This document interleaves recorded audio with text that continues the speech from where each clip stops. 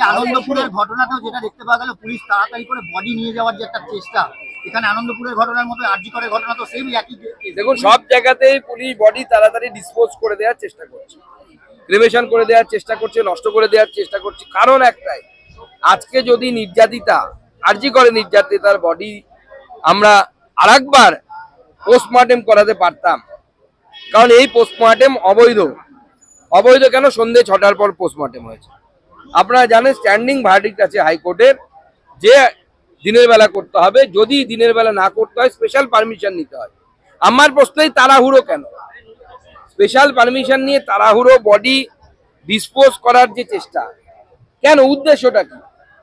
যেমন নির্ভয়া কাণ্ডে আরেকবার পোস্টমর্টেম হয়েছে, অনেক রেপ মার্ডার কাণ্ডে এরকম দেখা যায় যে দুবার পোস্টমর্টেম হয়েছে।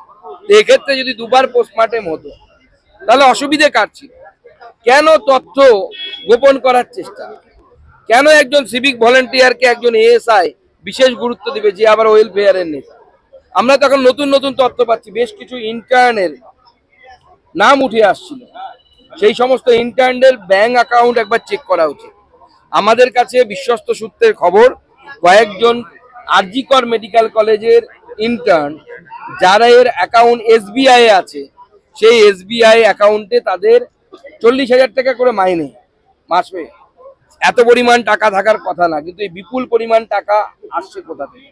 এবং সেই অ্যাকাউন্ট থেকে বেশ কিছু তৃণমূল নেতার অ্যাকাউন্টে টাকা ট্রান্সফার হয়েছে, এরকম আমরা খবর পাচ্ছি।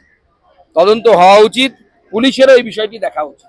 আরজি করের মতো ঘটনা ঘটলো, তারপরে শিক্ষা নিয়ে আনন্দপুরের মতো ঘটনা ঘটছে, মানে দলের থামবেটা কোথায়? দেখুন, প্রশাসন সম্পূর্ণরূপে কোলাপস করে গেছে। তো যখন সিপি নিজে বলছে যে 7,000 লোক এসে গেছে আমরা জানতে পারিনি, তো অ্যাকসেপ্টেন্স।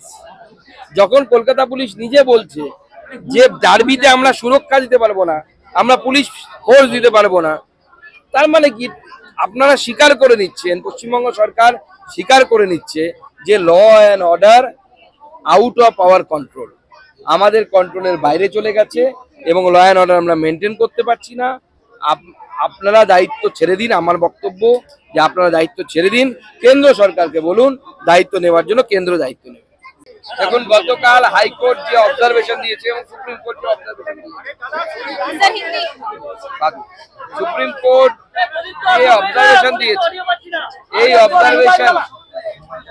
এই অবজারভেশনের পর এই রাজ্যের যিনি সিপি আছেন তিনি কতটা নির্লজ্জ হলে পরে তিনি তার পদে থাকেন, এবং মুখ্যমন্ত্রী কতটা নির্লজ্জ যে উনি সিপিকে বরখাস্ত করছেন না। কোর্ট আরজি করে সুরক্ষার দায়িত্ব কেন্দ্রীয় বাহিনীকে দিয়েছে এবং এই আদেশ প্রমাণ করছে যে রাজ্য প্রশাসনের উপর কোর্টের, ভারতবর্ষের সর্বোচ্চ ন্যায়ালয়ের 1% বিশ্বাস নেই। এরপরেও নির্লজ্জের মতো আমাদের মাননীয় মুখ্যমন্ত্রী তিনি তার পদে বসে আছেন এবং তাই তিনি তার আদরের সিপিকে কোলে নিয়ে ঘুরে বেড়াচ্ছে। যে প্রশ্নগুলো কালকে সুপ্রিম কোর্ট করেছে সেই প্রশ্নগুলো তো উত্তর দিতে হবে। কে উত্তর দেবে? তৃণমূল কংগ্রেসের পক্ষ থেকে আমরা কাউকে পাচ্ছি না কেন? কেউ উত্তর দিচ্ছে না কেন?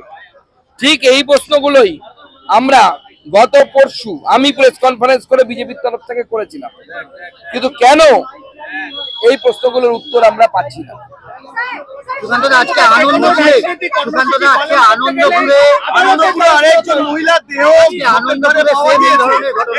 দেখুন, যে কোনো রাজনৈতিক আন্দোলন করতে গেলেই পশ্চিমবঙ্গে আদালতের শরণাপন্ন হচ্ছে, কারণ গণতন্ত্র নেই। গণতন্ত্র না থাকার জন্য আমাদেরকে করতে হচ্ছে। এবং আজকেও একজন মহিলার দেহ পাওয়া গেছে, সেজন্য আমাদের আনন্দপুরে, সেজন্য আমাদের স্লোগান যথার্থ, রাজ্য জুড়ে ধর্ষণ, তোমার নেই প্রয়োজন। মাননীয় মুখ্যমন্ত্রীর এই রাজ্যে প্রয়োজন নেই, প্রশাসক হিসেবে প্রয়োজন নেই। উনি যত তাড়াতাড়ি সম্ভব গদি ছাড়ুন, বাংলার মানুষকে রেহাই দিন, বাংলার মানুষের উপর কৃপা করুন।